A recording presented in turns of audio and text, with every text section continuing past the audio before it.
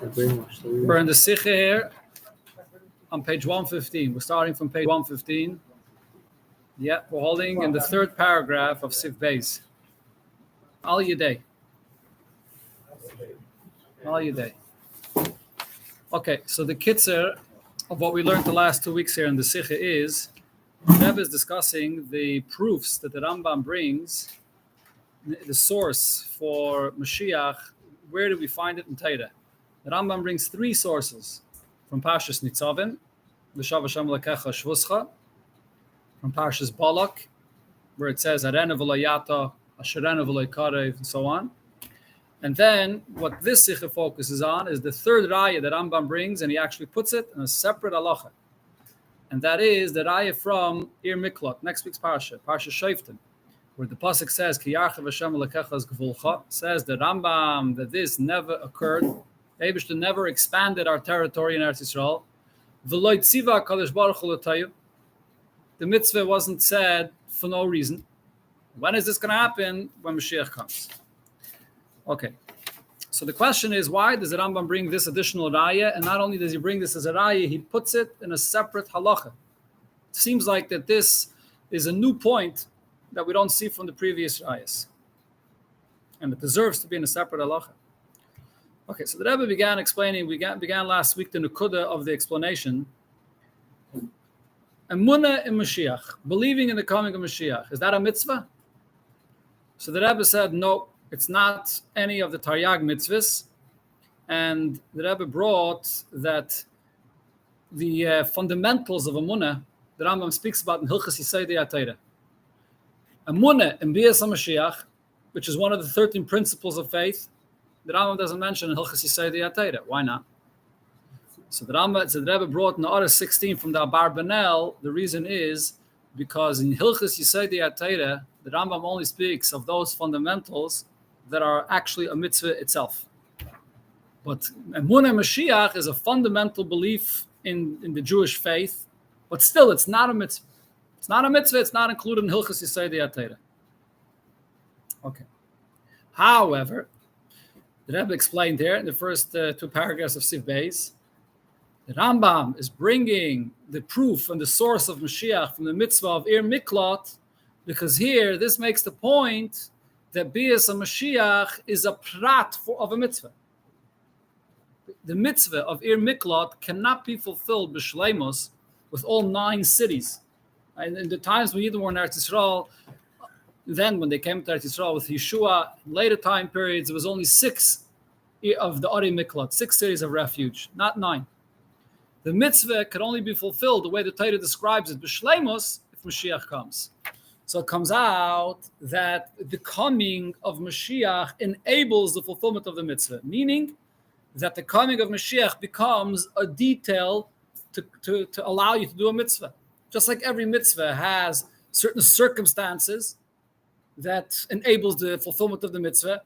Some mitzvahs require a certain time frame, other mitzvahs require a certain place. A mitzvah, every mitzvah or most mitzvahs require a certain object. So every mitzvah has it's dependent on certain things. Here is a mitzvah that the fulfillment of this mitzvah depends on Mashiach coming. So it comes out that Mashiach is a detail of a mitzvah. That's the main chiddush that Rambam's trying to say here. Okay? Why couldn't it just be a kibbush rabbi? A what? Kibbush rabbi. When there was the kibbush rabbi. Why couldn't there be a kibbush rabbi? It didn't happen though. It could have, but it didn't happen. I mean, even now, it could be a kibbush rabbi in the Torah. Theoretically, what he's asking is a concept called kibush rabbim. Kibush rabbim means that if you have all the Klal Yisrael that goes and conquers territory in addition to the Eretz Yisrael, that conquers additional territory after all of Eretz Yisrael was conquered. It has to be after all of Klal Yisrael was conquered, and it has to be also with all the Klal Yisrael involved. There's different conditions about it, but theoretically, if it would be a proper kibush rabbim, then yes, it could be that there would be more territory, Yarchav Hashem Lekechas Gvolcha, and there would be a need and there would be a possibility to fulfill the mitzvah. But that's why the Rambam said, the Rambam never said that it was never possible to fulfill this mitzvah. The Rambam said it didn't happen yet. We haven't seen the fulfillment of this ki yarchiv, if Hashem will broaden your territory. The fact is it never happened. So if it never happened, so what is this referring to? When is it going to happen? So it's going to happen through Mashiach. When Mashiach comes, then the Eibush will give us the other three territories. And have all the other conditions that still have Mashiach. Correct. But look, maybe your question is still somewhat of a question, because what you're basically saying is that you don't must have Mashiach for this mitzvah. There's a theoretical possibility of Kiyarcha V'Shem Lekechas Gevulcha without Mashiach, just by a Kibush Rabbin. You don't need a Beis Hamikdash for what? For No, maybe, let's say not. Maybe not. L'chayda, the T'nai for the mitzvah of Ari Mikla to apply. What's the T'nai? I'm not 100% sure, but regarding a lot of the mitzvahs in Eretz Yisrael, in order for the mitzvahs to apply, you have to have Kol Yishvei Allah, when all Yidden are in Eretz Yisrael. Which that could only happen when Mashiach comes, when there'll be kibbutz galius. It seems like in the end of the day, this is something that can happen only through Mashiach. So therefore, it's a detail of a mitzvah. Wasn't going to be necessary to be shovel. It's just two. The what? I can't hear. Wasn't going to be necessary to be shovel. It's just 2.5 seconds. Apparently. Okay. What about the point if one point will spread all over the globe? Oh, that's another shaila. The question is at what time period that's going to happen.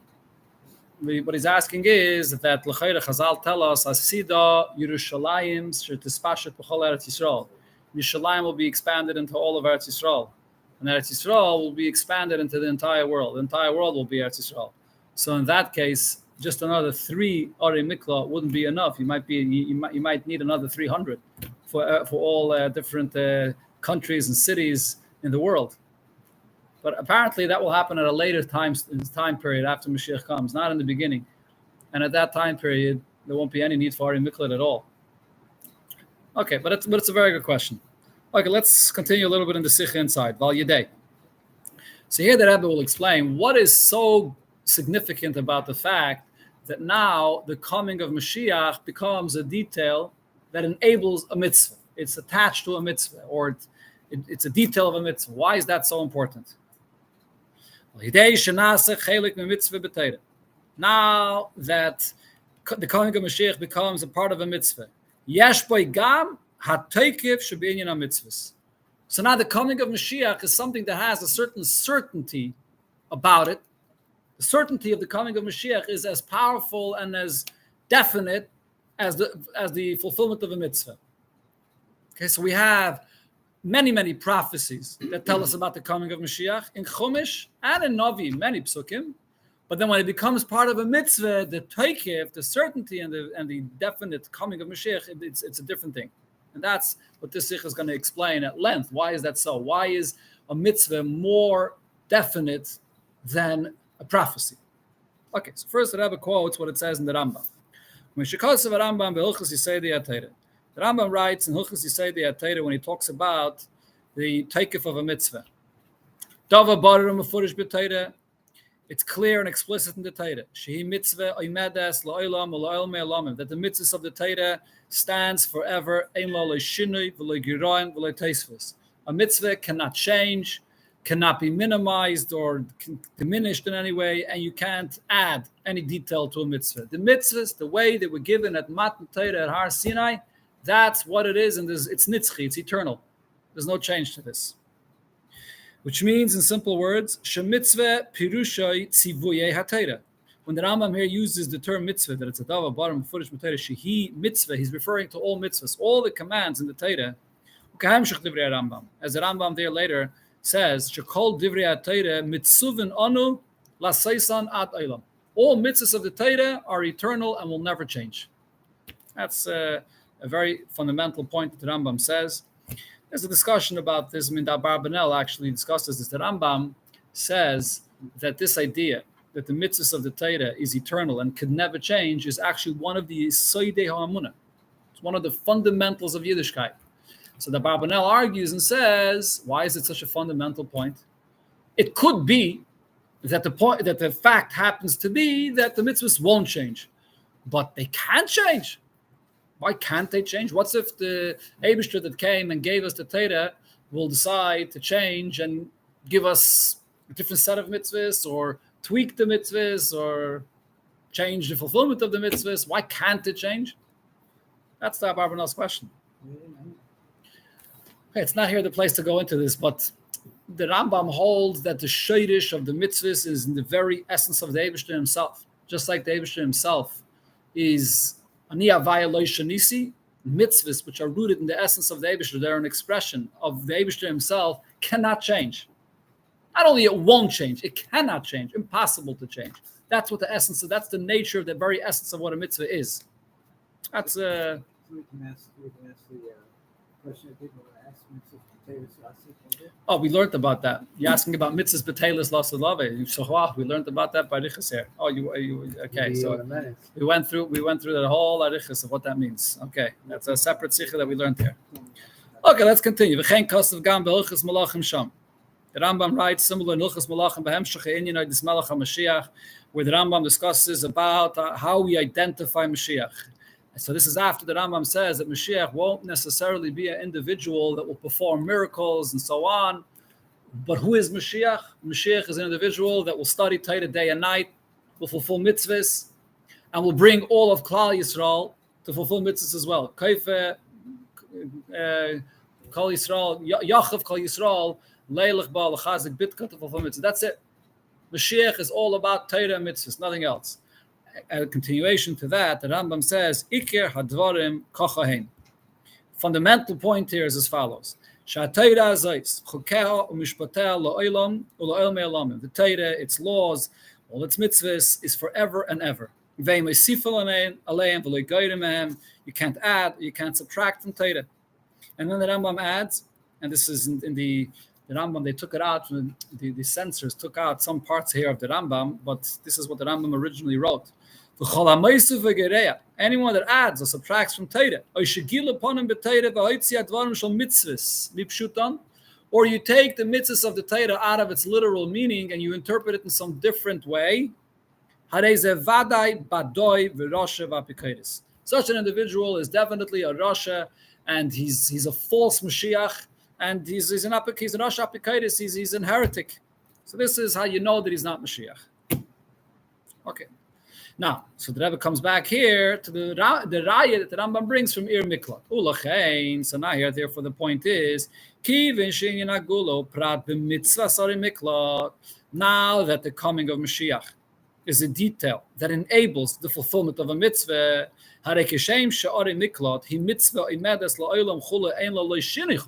just like a mitzvah is something which is eternal, and there's no way there could be any changes about this, so too, in the coming of Mashiach, there can be no change in this promise that Mashiach will come and redeem us from this galus. This explains also the choice of words when the Rambam brings this raya, that we see that the Torah tells us about Mashiach when it speaks about Ir Miklat, Hashem did not command for no reason. So the Rambam says tziva. It doesn't say v'lei diber or v'lei kosav. Tziva. What the Rambam is emphasizing with this is the kivish is when you show mitzvah. Tziva Kadosh Baruch Hu. Since this is a mitzvah, that itself tells you there's no going back on this. There's no change about this. Because if it's a mitzvah, it's definitely going to be fulfilled. Okay, so here the Rebbe adds in Order 21 another detail to this. That is that when it says in the Torah, Ki Yarchav, you see Order 21? When the Rambam, when the Torah says Ki Yarchav Hashem lekechas kavulcha, Hashem will broaden the territory. What is this referring to? What it really is referring to is that a time will come when Hashem will fulfill His promise and the prophecy that Avraham Avinu had when at the time of Bris Bein Absarim. Originally, Hashem had told Avraham Avinu that He's going to give His children territory of 10 nations. And Yidden only conquered a territory of 7 nations. So, just from that promise to Avraham Avinu, there's a proof that one day Mashiach will come and redeem us and give us those additional territories. So, if the Rambam is focusing on this detail of Yarchiv, he could have, instead of bringing from Parashas Shoftim, he can bring it already that it's from before in Parashas Lech Lecha. And what it says in Parashas Shoftim is just a fulfillment of what it says in Parashas Lech Lecha. So the Rebbe says in Order 21. Ubefrat, especially, the Rambam should bring the proof, from the very promise itself, the Yarchav Hashem lekechas gvulcha. Even though in this pasuk it says im, which sounds like if it will happen, but it's really over here the im does not mean if, because the Yarchiv is the fulfillment of the promise to Avraham Avinu, which means the Eibusha will fulfill that when Hashem fulfills that promise. Shekoi al eretz hakeni v'aknizi v'kadmaini shenichras la'Avraham Avinu bris aleyen v'adayin loy nichbishu, and they were never conquered yet. And that's how the Rambam puts it. The Rambam himself puts it this way in Hilchos Ritzeach Sham. So the Rambam there brings the same pasuk, and he doesn't talk about the fact that this is a mitzvah that was never fulfilled, but he says this is the promise to Avraham. Here, though, when the Rambam brings this up, the Rambam focuses on the fact that there's a mitzvah that was never fulfilled. The promise to Avraham Avinu is not the main point. It's the mitzvah aspect. Why? Because the Rambam wants to make the point that the coming of Mashiach becomes part of the mitzvah. Okay, now what is the significance of this, though? Why, if the coming of Mashiach becomes a mitzvah, does that make it, the coming of Mashiach, something which is so definite? And the question really is, isn't the prophecy the same thing? When a Navi comes and prophesies about something that will happen in the future, so a Navi Emes is telling you a message of Hashem about something that will happen. So it's also something which is definite, that will be fulfilled. So what's the difference between a mitzvah and a nevuah? So that's what the Rebbe will explain here in Siv Gimel. Let's start it. We'll start this week, and the Mitzvah Shem will continue Siv Gimel next week. The Yasabir, so to give more. You have to stand the mind of the mitzvah over Torah Shabbat, which is another point. That's coming. Yeah, that's coming later. That's coming later in the Sikh. That's in Siv Dalet. We'll see. It's all here. The Rebbe is going to explain all the details here. The Yasabir. So to explain better what's the mile of Mashiach being a detail of a mitzvah. When Hashem promises something through a prophet, there are certain situations where it's possible that there should be a change to this promise. When there's anything negative, anything of a punishment that the Navi prophesizes that will happen, it's possible that this prophecy should be nullified. Hashem waits very long until he lets his anger come out. And Hashem is the ultimate source of kindness. So therefore he gives room for tshuva, and therefore the prophecy won't necessarily be fulfilled. That is, also tshuva v'nislach lahem. So the first point actually is even without tshuva. Eibusher is a charav chesed, he may not do what he says he'll do. Or then you have the possibility of tshuva. And then, even when the Eibusher promises something for positive for the good, if this is something that's between the Eibusher and the Navi, and it wasn't shared with Klal Yisrael, if there'll be an Aveda that will cause that this shouldn't be fulfilled, it's possible that it will never come to be. So we see that a Nevuah has many exceptions, or at least here that I was pointing out 2 exceptions that it's possible it won't be fulfilled. So when we say move on, what we understand from this is even when the nature of this prophecy is of such a nature that it's clear that it will be fulfilled. And as the Rambam says about a prophecy, if it's something good with the Eibusher decreed and it was already shared with Klal Yisrael, even if there are conditions that have to be met for this to be fulfilled, but the Eibusher will not go back on this. And the Rambam explains this in Pirish HaMishnayos.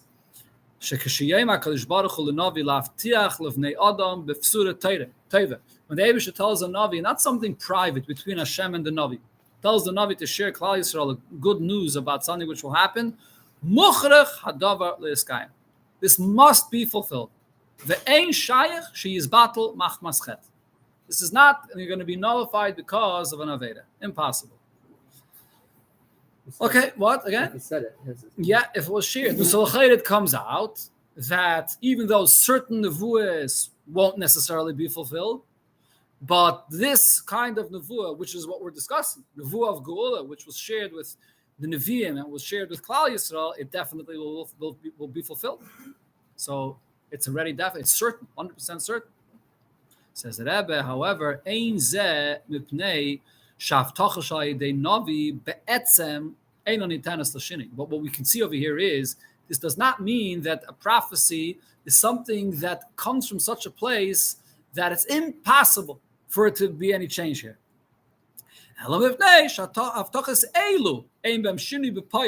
It's specific prophecies with in a specific condition that we say that they won't actually change.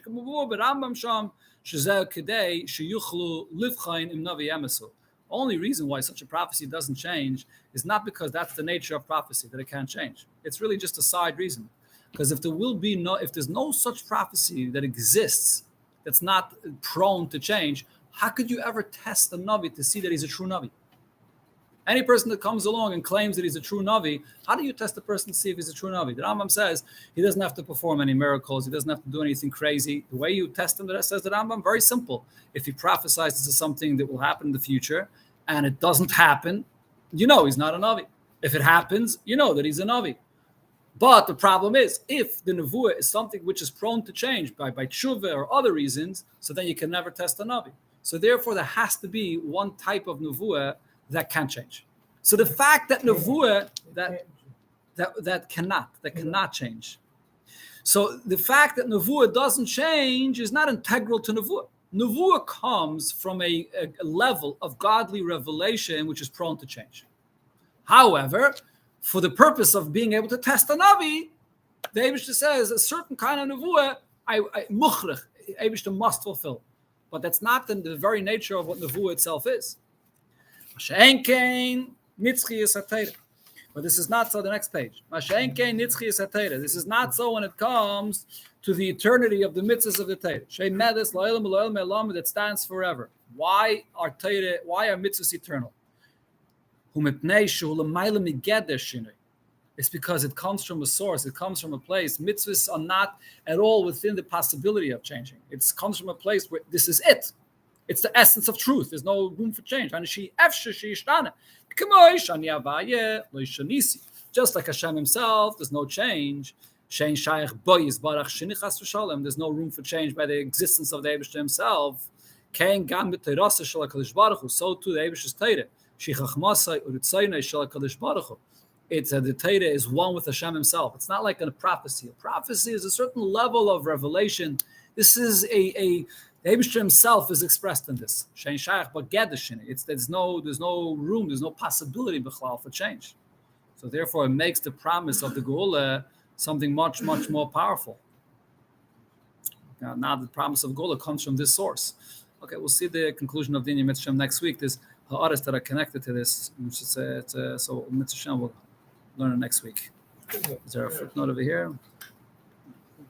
Here, just take a look here in ha'ara 26. The Rebbe points out another detail that you see regarding Nevuah.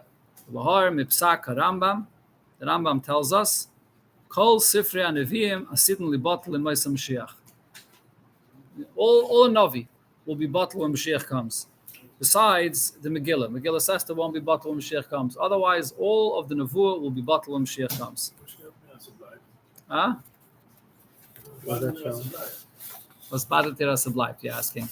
It's gonna, when you have a greater revelation from a higher place, so the Nevuah of the Nevi'im are not going to be Teifis Mokum. It's like Shraga B'Tiyara. When you have such a high revelation, that's the dogma that's brought in Chassidus. It also says Kol HaMoed Masidim L'Batel. Yavim Tevim will also be Batel. Why? Because it's going to be like Shraga B'Tiyara. Not going to be Teifis Mokum. So it doesn't necessarily mean that the Nevuah met Zarayin Legen and Shemus. No, that it won't be Teifis Mokum. Yeah.